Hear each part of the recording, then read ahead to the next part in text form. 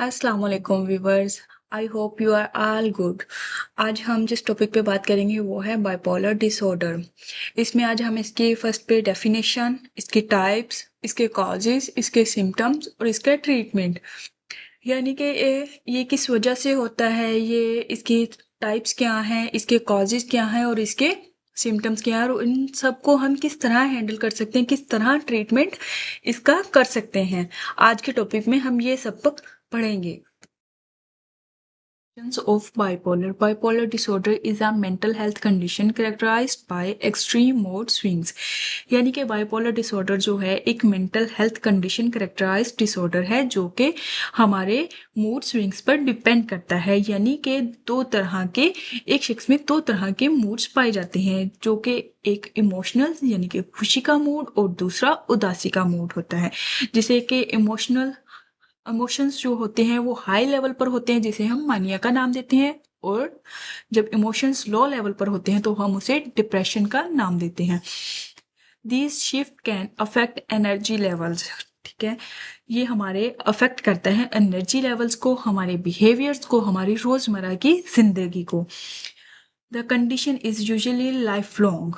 ये बेसिकली तो life long होता है, बट हम इसको मैनेज कर सकते हैं। मुख्तलिफ की टाइप्स आ जाती हैं बाइपोलर की। दो टाइप्स हैं, बाइपोलर 1 और बाइपोलर 2 पे आ जाती है। बाइपोलर 1 डिसऑर्डर, इसमें जो है मैनिक एपिसोड जो है वो मेजर एपिसोड होती है, लेकिन इसमें हाइपोमैनिक एपिसोड भी पाई जाती है, लेकिन ये कॉमन होती है। मेजर मैनिक एपिसोड जो है इसको हम कह सकते हैं ज़्यादा खुशी और ज़्यादा तेज़ी की बीमारी भी कहा जाता है मैनिक एपिसोड को।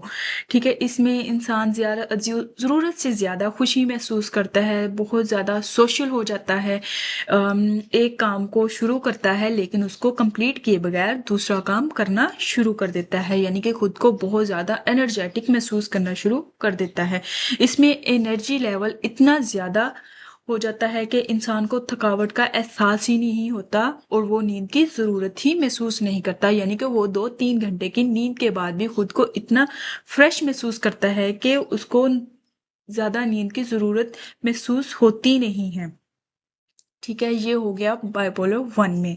और 2 disorder characterized by future hyponic episode less severe than mania and major episode depressive episode. ठीक है, इसमें हाइपोनिक एपिसोड पाया तो जाता है, लेकिन मेनिया की निस्बत बहुत ज़्यादा कम।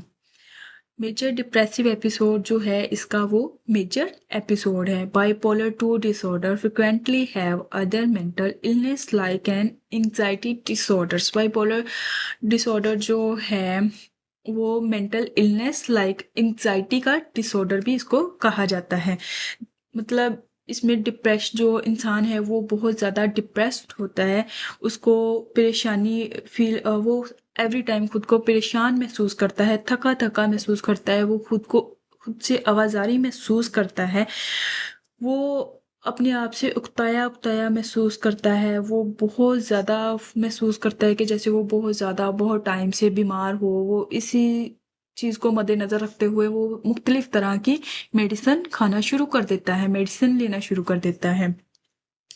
वो खुद को खुद मारने की भी कोशिश करता है, वो सुसाइड करने की भी कोशिश कर सकता है।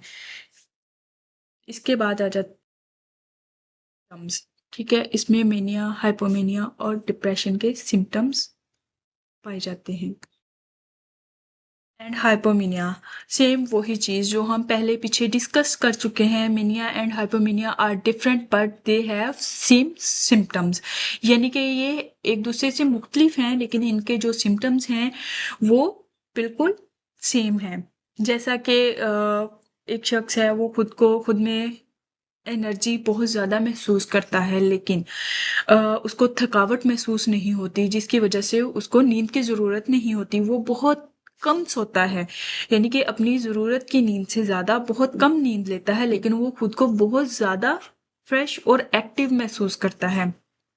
उसमें सेल्फ कॉन्फिडेंस बहुत ज़्यादा होता है, वो अपने आप को बहुत ज़्यादा कोई तीर मार खान महसूस करता है। ठीक है, और उसके बाद आ जाता है मैनिया सिम्टम्स। इसमें आता है फर्स्ट पे इम्पल्सिव और रिस्की बिहेवियर होता है उसका, वो अनप्रोटेक्टेड सेक्स, वो ऐसी चीज़ों पे ज़रूरत से ज़्यादा जो पैसे हैं वो खर्च करना शुरू कर देता है। ऐसे इंसान में सेल्फ स्टीम बहुत ज़्यादा होती है, वो खुद को दूसरों से बहुत ज़्यादा बेहतर महसूस करता है। बिकॉज एक नॉर्मल इंसान के इंक्रीज एनर्जी एंड एक्टिविटी, इसमें एनर्जी का लेवल बहुत ज़्यादा होता है और वो ज़रूरत से ज़्यादा काम करने के बाद भी थकावट महसूस नहीं करता। वो खुद में चिड़चिड़ापन बहुत ज़्यादा महसूस करता है। डिप्रेशन सिम्टम्स, ठीक है, इसमें पेशेंट जो है उदासी, होपलेस और खुद को अकेला महसूस करता है। वो अपना डेली रूटीन की जो एक्टिविटीज़ है उनमें से उसका इंटरेस्ट जो है वो ख़त्म हो जाता है। उसको नींद की बहुत ज़्यादा प्रॉब्लम होती है, वो या तो हद से ज़्यादा सोएगा या हद से बहुत कम उसको नींद आएगी। उसको तरह तरह के ख्यालात आते हैं जैसे कि डेथ के, सुसाइड्स के। वो इन चीज़ों के लिए मुख्तलिफ मेडिकेशन भी इस्तेमाल कर सकता है। ड्यूरेशन ऑफ मेनिया और हैपोमेनिया, ये इसका ड्यूरेशन जो है लास्ट 7 डेज होते हैं या कम से कम 4 वीक्स। अगर इससे ज़्यादा हो तो उसको हॉस्पिटलाइज होने की ज़रूरत होती है, यानी कि उसको मेडिकेशन या ट्रीटमेंट के लिए हॉस्पिटलाइज कर लिया जाता है। हैं causes. Environmental includes bipolar disorder, यानी कि इसमें इसके काजेज में इसके इन्वायरमेंट का, माहौल का बहुत ज़्यादा असर होता है। यानी कि वो हद से ज़्यादा कोई स्ट्रेस ले रहा है, किसी काम से रिलेटेड है वो, या वो कोई भी एनीथिंग, किसी भी चीज़ का स्ट्रेस हो, कोई ट्रॉमा हो, या वो कोई ऐसी मेडिसिन यूज़ कर रहा हो, या कोई वो ऐसे ड्रग्स ले रहा हो जिसकी वजह से ये उसके अंदर डिसऑर्डर्स पाया जा सकता है। बेसिकली बहुत ज़्यादा लोगों में तो ये देखा गया है कि वो जेनेटिक तौर पर भी पाया जाता है, यानी कि जिनसी तौर पर भी उनमें ये डिसऑर्डर्स मौजूद होता है ऑलरेडी। है ट्रीटमेंट, हम इसका डिफरेंट मेथड से ट्रीटमेंट कर सकते हैं, यानी कि ये हम पेशेंट को मद्देनज़र रख के कि उसका जो बीमारी है वो किस लेवल की है। ठीक है, सबसे पहले हम उसको मेडिकेशन से, फिर उसको साइकोथेरेपीज के ज़रिए, उसका लाइफस्टाइल एडजस्टमेंट के थ्रू भी कर सकते हैं, उसको सपोर्ट करके भी उसके जो है ट्रीटमेंट है। साइकोथेरेपी, साइकोथेरेपी में उसकी पेशेंट्स की जो है हम मुख्तलिफ थेरेपीज़ करते हैं, जैसे कि उसमें सीबीटी थेरेपी आ जाती है, interpersonal and social rhythm therapy आ जाती है, फैमिली फोकस थेरेपी आ जाती है, लाइफस्टाइल एडजस्टमेंट। ठीक है, लाइफस्टाइल एडजस्टमेंट में रेगुलर स्लीप पैटर्न्स होता है उसका, यानी कि वो टाइम पे सोएगा, टाइम पर ही उठेगा। स्ट्रेस मैनेजमेंट टेक्निक्स होंगी कि स्ट्रेस को हम किस तरह कंट्रोल कर सकते हैं।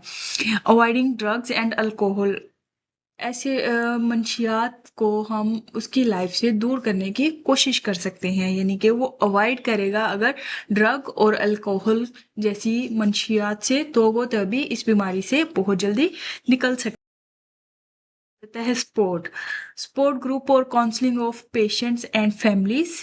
ठीक है, एजुकेशन अबाउट द कंडीशन, हम उसको इस चीज़ के बारे में नॉलेज देंगे, एजुकेशंस देंगे कि इस चीज़ से हम उसको कैसे निकाल सकते हैं। Watching this video, please like, subscribe and share this video ताकि आपको नए आने वाले टॉपिक की वीडियोस मिल सके।